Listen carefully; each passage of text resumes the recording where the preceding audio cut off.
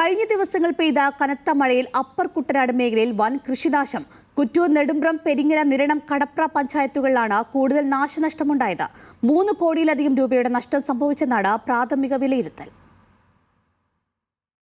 April 1 മുതൽ June 3 വരെയുള്ള കണക്കനുസരിച്ച് ആകെ 117.63 ഹെക്ടർ കൃഷിയാണ് നശിച്ചിട്ടുള്ളത്.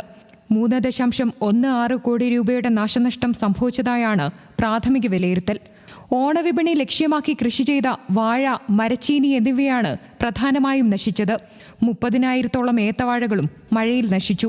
മഴയ്ക്കു പുറമെ ശക്തമായ കാറ്റും കൃഷിനാശത്തിന്റെ ആഘാതം കൂട്ടി. ഏകദേശം ഒരു 6 ലക്ഷം രൂപ 7 ലക്ഷം രൂപയുടെ അധികമായിട്ട് ചെലവ് വരുന്ന ഒരു കൃഷിയാണ് നടത്തിക്കൊണ്ടിരുന്നത്. ആ ലക്ഷ്യം സാക്ഷാത്കരിക്കാത്ത ഒരു സംഭവമാണ് ഇപ്പോൾ അപ്രതീക്ഷിതമായിട്ടുള്ള ഈ മഴയിലും കാലവർഷത്തിലും ഉണ്ടായിക്കൊണ്ടിരിക്കുന്നത്. കൃഷി വ്യാപകമായി നശിച്ചിരിക്കുകയാണ്.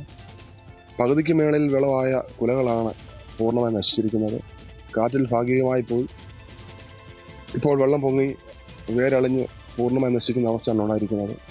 വെള്ളമുള്ള സ്ഥലത്ത് കൃഷി ചെയ്താൽ ഇൻഷുറൻസ് പരീക്ഷ തരത്തിലെന്ന് ജില്ലാ അധികാരികൾ പറയുമ്പോൾ ഈ മേഖലയിൽ നിൽക്കുന്ന ആൾക്കാർ എങ്ങനെ കൃഷി ചെയ്യുമെന്ന് മനസ്സിലാകുന്നുണ്ട്. ചെറുപ്പക്കാരെ ആൾക്കാർ കാർഷിക രംഗത്തേക്ക് എത്താത്ത സാഹചര്യത്തിൽ ചെറുപ്പക്കാരെ ആൾക്കാരെ പ്രോത്സാഹിപ്പിക്കേണ്ട ഉദ്യോഗസ്ഥർ നിരുത്സാഹപ്പെടുത്തുന്ന തരത്തിൽ പല ഘട്ടത്തിലും പെരുമാറിയുണ്ട്. അപ്പർ കുട്ടനാട് മേഖലയിലെ കൃഷിയിടങ്ങളിൽ നിന്നും വെള്ളം പൂർണ്ണമായും മാറിയിട്ടില്ല.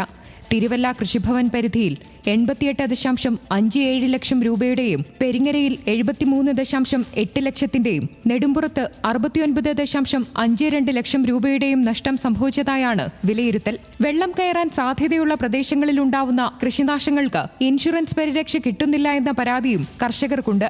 ന്യൂസ് മലയാളം, പത്തനംതിട്ട.